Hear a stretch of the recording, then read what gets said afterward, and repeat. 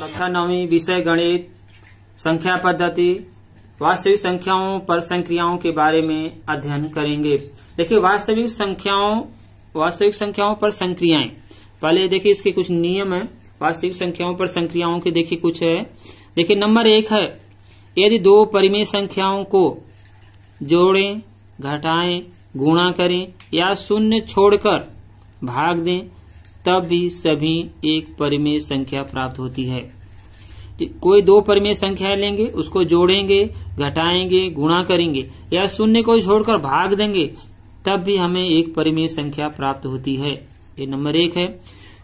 दूसरा देखिए दिया है, एक परिमेय संख्या और एक अपरिमेय संख्या को जोड़ या घटाना अपरिमेय प्राप्त होता है। एक परिमेय संख्या लेंगे और एक अपरिमेय संख्या लेंगे, दोनों को क्या करेंगे, जोड़ेंगे या घटाएंगे। जो घटाने पर जो संख्या प्राप्त होगी वह संख्या क्या होगी, अपरिमेय संख्या प्राप्त होती है। अगला बिंदु देखिए दिया है, एक अपरिमेय संख्या के साथ एक शून्यंतर परिमेय संख्या का गुणनफल या भागफल हमेशा क्या प्राप्त होता है, अपरिमेय संख्या प्राप्त होता है। अगला बिंदु देखिए दिया, यदि दो अपरिमेय संख्याओं को जोड़ें, घटाएं, गुणा करें या एक अपरिमेय संख्या को दूसरी अपरिमेय संख्या से भाग दें तो उसका परिणाम जो होगा परिमेय होगा या अपरिमेय, कुछ भी हो सकता है। देखिए दो अपरिमेय संख्या को जोड़ेंगे या घटाएंगे, गुणा करें या एक अपरिमेय संख्या को दूसरी अपरिमेय संख्या से भाग दें तो जो उसका परिणाम आएगा परिमेय होगा या अपरिमेय, कुछ भी हो सकता है। अब देखिए प्रश्नावली 1.5 पहला प्रश्न दिया हुआ देखिए कि बताइए नीचे दी गई संख्याओं में से कौन कौन परिमेय है और कौन कौन अपरिमेय संख्या है। देखिए प्रश्न क्रमांक 1 है, देखिए इसमें कि 2 माइनस √5 ये संख्या क्या है, परिमेय है कि अपरिमेय है, इसी को ज्ञात करना है। देखिए 2 माइनस √5 है, देखिए यह एक अपरिमेय संख्या होगी क्योंकि यह देखिए 2 क्या है, पूर्णांक है, √5 क्या है, अपरिमेय संख्या है। तो पूर्णांक में से अपरिमेय संख्या को घटाएंगे तो क्या प्राप्त होता है, अपरिमेय संख्या प्राप्त होती है। देखिए दिया क्यों, एक पूर्णांक में से एक अपरिमेय संख्या घटाने पर अपरिमेय संख्या प्राप्त होती है। इसी तरह देखिए इसका पहले का दूसरा प्रश्न है, कोष्टक में 3 प्लस √23 कोष्टक बंद माइनस √23। कोष्टक को हटाएंगे, देखिए 3 प्लस √23 माइनस √23। देखिए प्लस √23 ये प्लस का है, √23 ये माइनस का है, तो प्लस और माइनस से कट गया तो बचेगा क्या, 3 है। 3 क्या होगा, देखिए यह एक परिमेय संख्या होगी क्योंकि हल करने पर हमें 3 एक पूर्णांक प्राप्त होता है, जो संख्या क्या होगी, परिमेय संख्या प्राप्त होगी।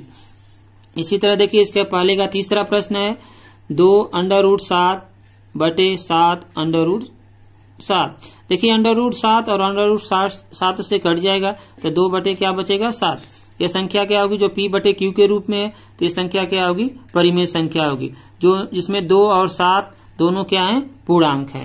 देखिए पहले का चौथा प्रश्न है, प्रश्न क्रमांक 1 का चौथा प्रश्न, 1 बटे √2। देखिए एक अपरिमेय संख्या होगी क्योंकि एक पूर्णांक में एक अपरिमेय संख्या से भाग दे रहे हैं, यह पूर्णांक है या अपरिमेय संख्या है, जब भाग दे रहे हैं तो इससे क्या प्राप्त होता है, एक अपरिमेय संख्या प्राप्त होती है। देखिए प्रश्न क्रमांक 1 का प्रश्न क्रमांक 5 देखिए दिया 2 पाई। देखिए एक अपरिमेय संख्या है क्योंकि एक पूर्णांक में एक अपरिमेय संख्या से गुणा करने पर एक अपरिमेय संख्या प्राप्त होती है। इसमें 2 देखिए क्या है, पूर्णांक है, इसमें एक अपरिमेय से गुणा करेंगे तो क्या प्राप्त होगा, अपरिमेय संख्या प्राप्त होती है। देखिए प्रश्नावली 1.5 का प्रश्न क्रमांक 2। देखिए प्रश्न क्रमांक 2 दिया है, निम्नलिखित व्यंजकों में से प्रत्येक व्यंजक को सरल कीजिए। देखिए पहला प्रश्न दिया हुआ है, दूसरे का पहला प्रश्न है, कोष्टक में 3 प्लस √3 कोष्टक बंद, दूसरे कोष्टक में 2 प्लस √2। अब देखिए गुणा करेंगे, पहले एक संख्या को लेते हैं 3 को, 3 का इसमें पहले गुणा करेंगे, फिर अंडर रूट 3 का गुणा करेंगे। देखिए 3 का गुणा करेंगे, देखिए क्या होगा 3 इंटू 2 हो गया। फिर 3 का गुणा इसमें करेंगे, 3 अंडर रूट 2 हो गया। फिर अंडर रूट 3 का गुणा इसमें करेंगे तो क्या होगा 2 अंडर रूट 3 हो गया। फिर 3 का गुणा इसमें करेंगे, under root 3 into under root 2। देखिए 3 में 2 गुणा करेंगे 6 प्लस 3 अंडर रूट 2, फिर 2 अंडर रूट 3, अंडर रूट 3 और अंडर रूट 2 है, दोनों गुणा करेंगे तो अंडर रूट क्या होगा 6 प्राप्त हुआ। ये इसका पहले प्रश्न का आंसर हुआ। देखिए प्रश्न क्रमांक दूसरे का दूसरा प्रश्न है। दूसरे का देखिए दूसरा प्रश्न है under root 3 plus under root 3, दूसरे कोष्टक में 3 माइनस अंडर रूट 3। देखिए यह देखिए 3 प्लस अंडर रूट 3 है और 3 माइनस अंडर रूट 3 है। तो देखिए सर्व समीकरण होगी a प्लस बी और a माइनस बी। देखिए सर्व समीकरण होती है a प्लस बी और a माइनस बी। तो देखिए सर्व समीकरण a प्लस बी और a माइनस बी बराबर a square minus B square होता है।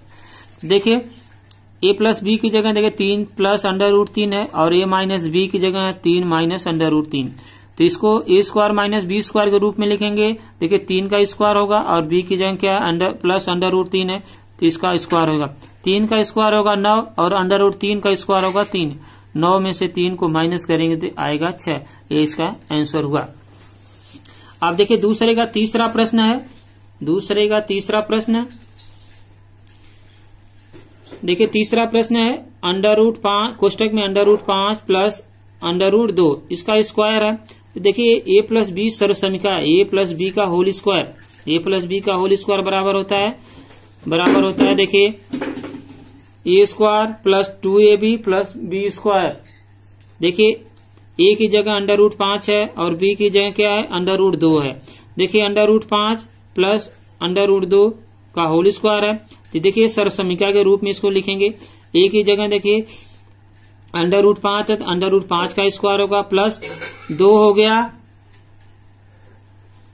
और a की जगह अंडर रूट 5 हो गया और b की जगह क्या हो गया अंडर रूट 2 और b की जगह देखिए अंडर रूट 2 का स्क्वायर हो गया। देखिए अंडर रूट 5 का स्क्वायर क्या होगा 5 होगा, 2 में 2 हो गया, अंडर रूट 5 और अंडर रूट 2 का गुणा करेंगे अंडर रूट 10 आ गया, अंडर रूट 2 का स्क्वायर हो गया 2 हो गया, 5 और 2 को जोड़ देंगे 7 प्लस 2 अंडर रूट 10। इसका अंत क्या हो गया आंसर हो गया। प्रश्न का दूसरे का देखिए चौथा प्रश्न है under root 5 minus under root 2, दूसरे कोष्टक में under root 5 plus under root 2। देखिए a माइनस बी और a प्लस बी सर्व समीकरण हो गई तो a square minus B square हो गया। देखिए under root 5 minus under root 2 और under root 5 plus under root 2। देखिए तो यह a square minus B square हो गया, a की जगह अंडर रूट 5 हो गया और b की जगह क्या है अंडर रूट 2। तो अंडर रूट 5 का स्क्वायर 5 होगा और अंडर रूट 2 का स्क्वायर 2 का, 5 में से 2 को माइनस करेंगे तो क्या आएगा 3। इसका ये आंसर हुआ। अब इसके बाद देखिए इसका तीसरा प्रश्न देखिए प्रश्न क्रमांक 3 है। आपको याद होगा कि पाई को एक वृत्त की परिधि मान लीजिए कोष्टक में दिया c है और इसके व्यास मान लीजिए क्या है d के अनुपात से परिभाषित किया जाता है, अर्थात पाई बराबर क्या है c/d है।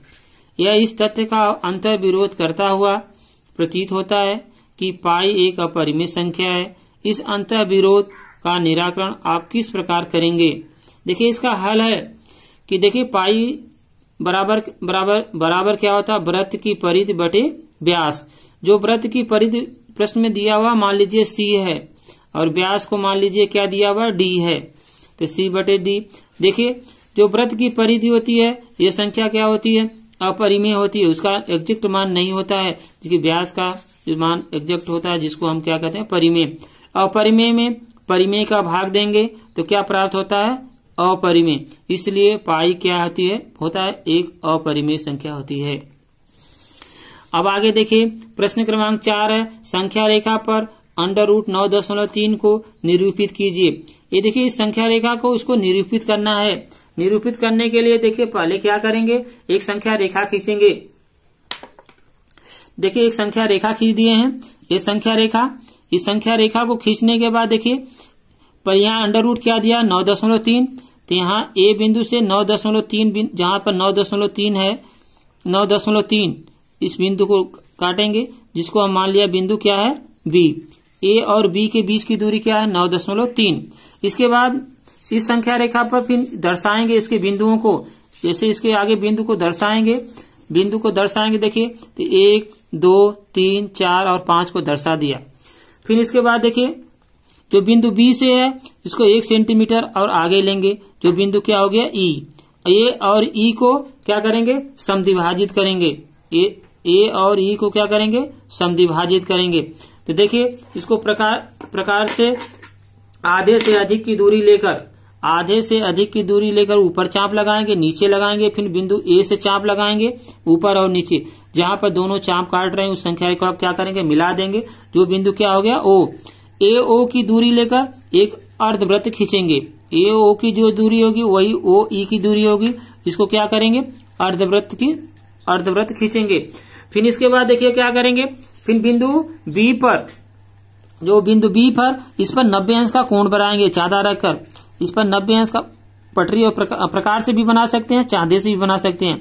देखिए इस पर हम 90 अंश का कोण बनाएंगे, देखिए 90 अंश का कोण बनाएंगे, इस संख्या रेखा जो 90 अंश का इसको मिलाएंगे जो दूरी बिंदु कहाँ पे मिल रहा है अर्धवृत्त के बिंदु सी से, जो बीसी की दूरी होगी √9.3, वही दूरी फिर प्रकार लेंगे, जो दूरी है उसी को रखकर एक चाप लगाएंगे, जो बिंदु कहाँ काट रहा है 3 के आगे काट रहा है, जो दूरी बी सी की होगी √9.3, वही दूरी क्या है बी डी की भी होगी √9.3। जो संख्या रेखा पर हम दर्शा दिए कि जो बी डी जो दूरी होगी यह √9.3, इसलिए BC बराबर क्या होगा BD बराबर क्या होगा √9.3, जो संख्या रेखा पर √9.3 को दर्शाया। इसी तरह देखिए प्रश्न क्रमांक 5 है। प्रश्न क्रमांक 5 दिया है कि निम्नलिखित के हरों का परमेयीकरण कीजिए। देखिए इसमें संख्याओं क्या करना परमेयीकरण करना है। देखिए 1/√7 है, तो √7 से क्या परमेयीकरण का अर्थ होता है कि जो हर में संख्याएं होती है उसी संख्या का अंश और हर में गुणा करते हैं। देखिए 1/√7 है, तो हर का परमेयीकरण करने पर देखिए √7 है, तो √7 का क्या करेंगे देखिए अंश और हर में गुणा करेंगे। तो देखिए 1/√7 अंश में गुणा कर दिया और √7 का हर में गुणा कर दिया। इन दोनों संख्याओं गुणा करेंगे √7 और √7 का गुणा करेंगे क्या आएगा 7। यही इसका क्या हुआ आंसर हुआ।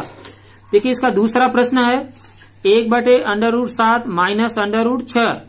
देखिए इसके हरों का परमेयीकरण जब करते हैं तो जो दो संख्या के बीच में प्लस का चिन्ह है तो गुणा करेंगे माइनस हो जाएगा, और माइनस है तो प्लस हो जाएगा।